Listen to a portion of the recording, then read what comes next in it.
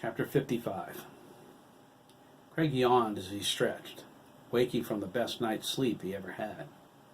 He looked up at the ceiling of the tent and smiled. The sunrise illuminated the roof. He debated rolling over and going back to sleep, but he decided against it. Once he was up, he was up. He would only lay there like an idiot. He eased onto his elbows, trying not to wake Derek, whose head was against his hip. He smiled. Derek had the tip of his thumb in his mouth. Jeremy lay on his side, facing him. Everyone was still asleep, a tangled jigsaw puzzle of bodies. Sandy snorted, his head tilted back, his mouth hanging open. Derek moved to get up. Derek snuggled closer to him. He eased Derek off and rolled him over toward Max. Craig froze when the Puerto Rican stirred, but then sighed relief. Max slipped an arm around Derek, patted him gingerly, and fell back asleep. Craig snuck out before anyone else woke up. He noticed Ian wasn't there. He scanned the site, thinking he might be outside. Craig frowned. No Ian. There's a ton of beer cans and garbage. Maybe Ian went home. Not that he cared. He had enough of Ian last night to last him a lifetime. Wherever he was glad the little rodent was gone. "Hey, screw you, Dougan!" Craig froze. "Hello?" he asked, straining to listen. He shook his head, hearing things. Craig walked over to the stream, unsnapping his pants. He urinated into the water, but gazed around behind him. The sight was a mess. He figured he would show his appreciation for the invite by straightening up a bit. It was the least he could do. His Iron Man watch said it was 5 a.m. He had plenty of time before he needed to be at work. It was nice to clean because he wanted to, not because he had to. He also planned to chip in some of his tip money to help Matt pay for everything. He thought that was fair since Matt allowed him to come in the first place. Craig dumped the water out of the cooler into the stream. He placed the leftover food inside and set it against the tree out of the way. He carried armfuls of cans about 10 yards into the woods and deposited them in a rotted-out tree stump. It wasn't until he set the brandy bottle inside that it dawned on him someone might want the returnables. They were worth a nickel apiece. Craig started pulling them back out, but then stopped. The heck with the cans, he thought. If anyone wants them, I can get them later. Craig went back to the site. He was pounding out the ashes from the fire when his heart jumped into his throat. In the distance, he heard Lyle Gibbons belling at Matt's father. "Would you get a move on, Gardner?" Lyle barked. "I've got a business to run this morning. I ain't got all day." From the sound of it, they were at the edge of the clearing. Craig strained his ears. He heard several voices making their way up the trail. He panicked and charged into the tent. He tripped over one of Matt's feet and fell flat on top of Ricardo. Ricardo opened his eyes and looked at Craig with death in his gaze. "I swear to God, Dougan," he said through his teeth, "I know you're not trying to get queer with me." "Get up," Craig cried, shaking Jeremy, Derek, and Max. "There's trouble."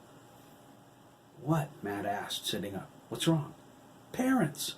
Craig exclaimed. "They're coming down the trail." The boys stumbled over each other as they fought to get outside. Matt dove through everyone, hoping he could dispose of any incriminating evidence before his mother got there. He didn't have to his incredible relief. The site was spotless. They looked at Craig with expressions of surprise and profound gratitude. Craig shrugged. "I cleaned," he said, and smiled. Matt lifted him off the ground in a bear hug and then dropped him. "Dougan," he said, "anything you want, it's yours." Max leaned over to Craig and whispered, "Tell him you want a handy." Craig gasped. "Hey," Matt exclaimed, looking around. "Where's Ian?" Everyone froze. Jeremy looked into the tent and turned back, shaking his head. "I'll bet he narked on us," Ricardo said. "Don't worry about it," Sandy said. "There's no evidence, thanks to Craig. If Ian narked on us, I'll kick the crap out of him later. I'm leaving his stuff here, too.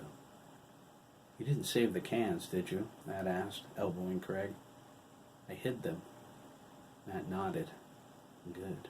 I need the returnables to help pay back Phil. Lyle came off the trail first and nodded at the boys. Good, he thought. No sign of a party. Craig mouthed thank you at him for being so loud. Lyle discreetly nodded. He'd planned it that way with Randy. Linda slipped around him and headed straight for Phil's cooler. Matt froze. Craig touched his arm and shook his head, grinning slyly. Matt sighed relief. Linda flipped open the lid, intending to yell, Aha!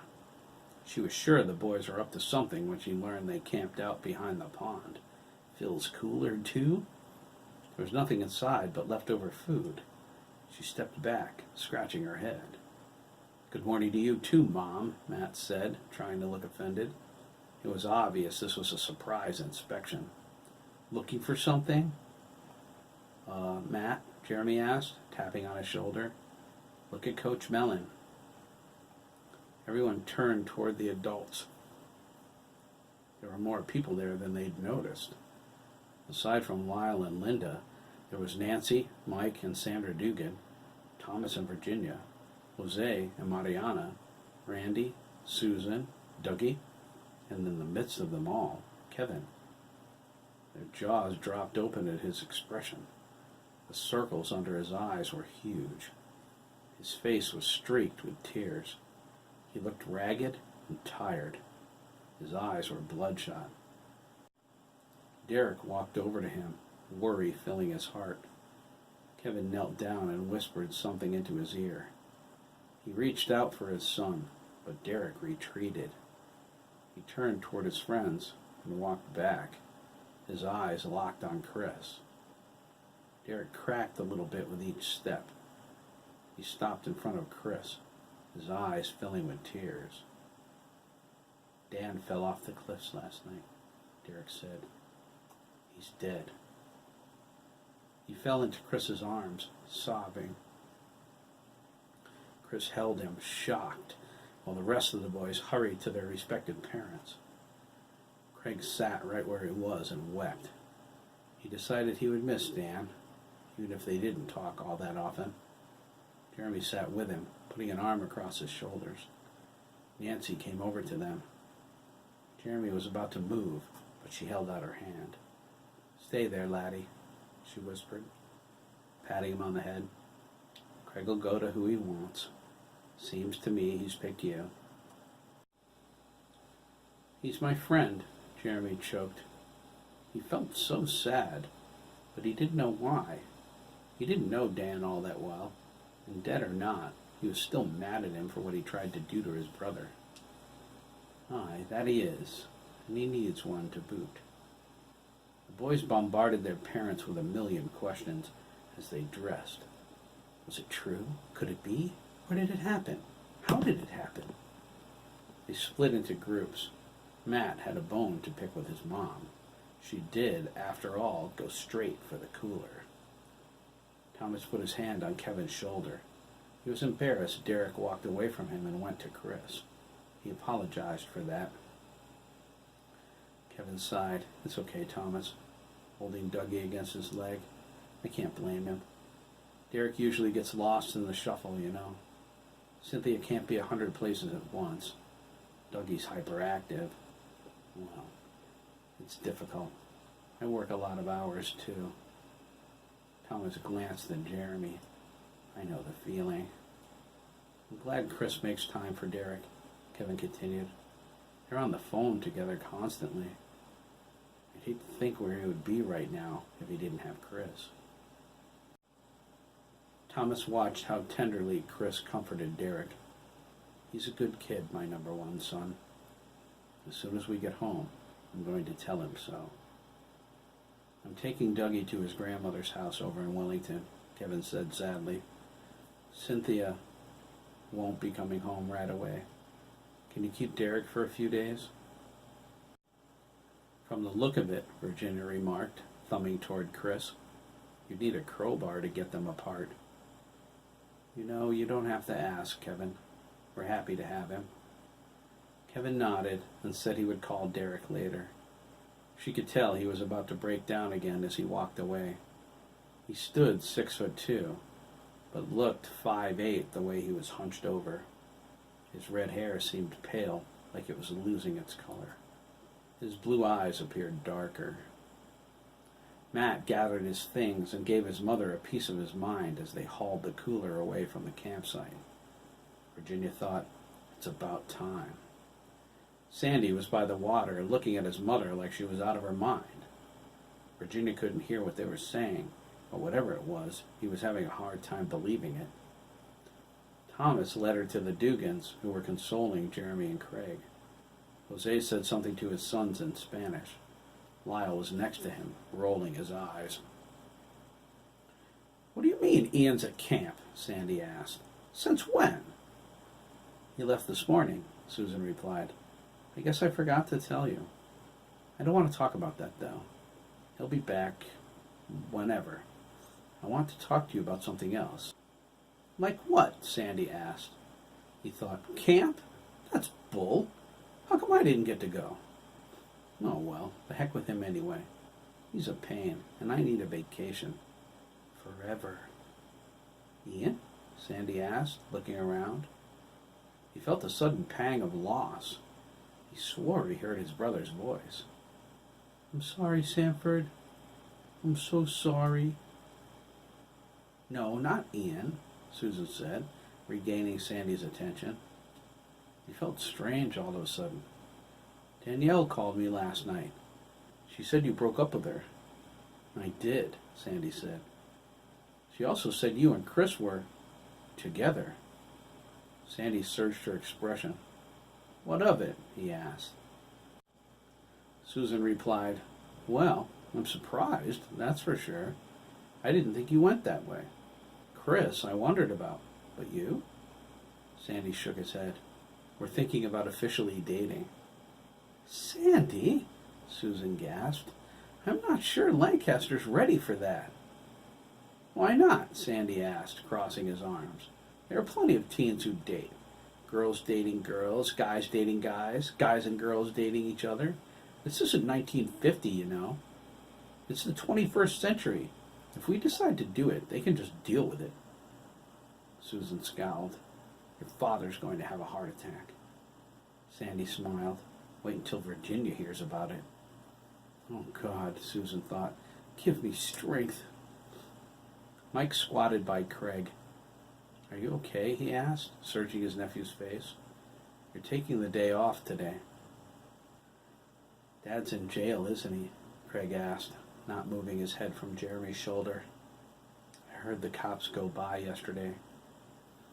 Aye, lad, Nancy replied. He is. I'm going to see him this morning. You can stay with us if you want, handsome, Sandra offered, wiping his face with a hanky. He'll be gone for a couple of days, I'm sure.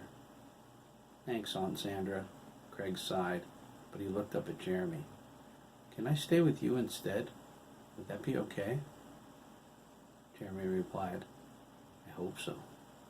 He looked for his mom, the authority in this matter, but Nancy led Virginia out of everyone's earshot. The Ramirez brothers, Sandy, Mike, and Lyle packed everyone's stuff, rolled up the sleeping bags, and took the tent down. So much for camping tonight, Chris thought, squeezing Derek. Ricardo handed them their bags from inside the tent. Alex took Ian's backpack. Ricardo lifted Derek up and wiped his eyes with his thumbs. Put some clothes on, okay? Ricardo whispered. It'll be all right, Derek. I promise. Yeah, buddy, Chris added. You're going to stay with me for a couple of days. Really? Derek asked, taking his bag. He looked around, confused. Where's my dad? Gone to take Dougie to your grandmother's, Thomas said. Can I sleep in your room? Derek asked Chris, the sob catching in his throat. Anything you want, Derek, Chris replied. You know I'm here for you. You always are, Derek sighed, reaching into his bag for his clothes. He felt completely drained of every feeling. He was a walking void of nothing. Nancy led Virginia by the water where the Sturgises were before. She waited to ensure Craig wasn't listening before she spoke. Virginia knew Nancy by reputation more than anything else. She could only guess at what she wanted to say to her. Before she began, Virginia motioned for Thomas to come over. Whatever Nancy needed, she suspected it involved the whole family.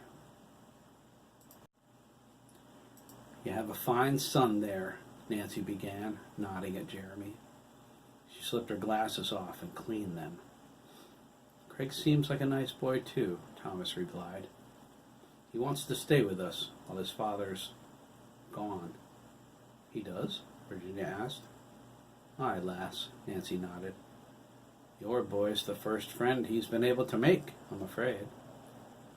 "It seems so unreal," Virginia said. "Is it because of his father? We've heard stories." "And they're all true," Nancy interrupted. "'Tis what I wanted to speak to you about." "We're listening," Thomas said. "Craig's not had it easy, to be sure," Nancy started. "I'm going to give his father an ultimatum today. He either gets help, or I'll find a way to take the boy away from him." Thomas and Virginia stood motionless while Nancy told them about the abuse Craig suffered. They heard rumors, and never thought they could be true. How could anyone hurt their child so badly? She thought Craig's resistance to help was because he was so alone. "He's made a friend now," Nancy remarked. "It might be the chance we've been waiting for." Virginia said, "I don't think I've ever seen Jeremy this close to anyone before." "No," Thomas added, "me neither." "This might be what we need to draw him out of his shell," she continued. "Jackie's me boy, and I love him dearly, but I'll be damned if I watch him hurt Craig any longer." "He can stay with us if you think it will help," Virginia said. "I'm not sure if we can do anything else." "Lass," Nancy said, "if you open your heart to him, you'll be doing wonders. He refuses to talk to his father, to any of us, but to you, and maybe Jeremy. If he opens up, we might be able to help him." Craig shrugged. "I'll talk to Jeremy. If what you're saying is true, and Jack is abusing Craig, well, I'm a lawyer. I could help you file some papers or something." "If it comes to that," Nancy said, "you can be sure we'll be paying you for your services." Nancy said she would call and tell them how her meeting with Jack went. Thomas walked over to the boys and helped them gather their things. Craig raised his shirt to wipe his face. Thomas spotted the bruises on his back. He felt a chill go down his spine. He never raised a hand to his sons, and couldn't imagine doing so. If Craig asked me, Thomas thought, I'll give the boy all the legal assistance I can. The Dougans can keep their money. "Where should we put the tent?" Lyle asked, scratching his beard. "Do you want to bring it to my house?" Jeremy asked. Craig nodded. "If it's all right. I don't want to go home if I don't have to." "You'll need clothes, won't you?" Mike asked. "I guess," Craig replied. "Most of the clothes that fit me are at your house." "I need clothes too," Derek mumbled. "I'll take you to your house later," Virginia said. She turned to Sandra and asked, "Can you put a bag together for Craig? I'll pick it up." "Sure," Sandra replied. "Thanks for letting him come to your house. He needs some friends." "Dougan doesn't need friends," Ricardo corrected, catching him in a headlock. "He's got us, right guys?" "Bet," Max agreed. "Damn straight," Sandy echoed. "I'm your friend too, Craig," Derek whispered, walking up to him. Ricardo let Craig go. "I guess we all need somebody today." "I'll miss Dan too," Craig said. Jeremy slipped his arms around both of them. "Come on, guys," he said, leading them toward the path. "Let's go home." "Hey!" Lyle bellowed, his hands on his hips. "Somebody want to help carry the friggin' tent?" "Let them go, big guy," Mike said. "We'll help you, won't we, guys?" Sandy, Max, Ricardo, and Chris nodded. Lyle leaned over to Jose. "Ask your old lady to go see Lisa," he whispered. "She's taking the Mellon kid's death hard." Jose nodded. He thought, it's a sad thing, the death of a child. He took his wife by the hand and told her, all the while hoping it would never happen to them.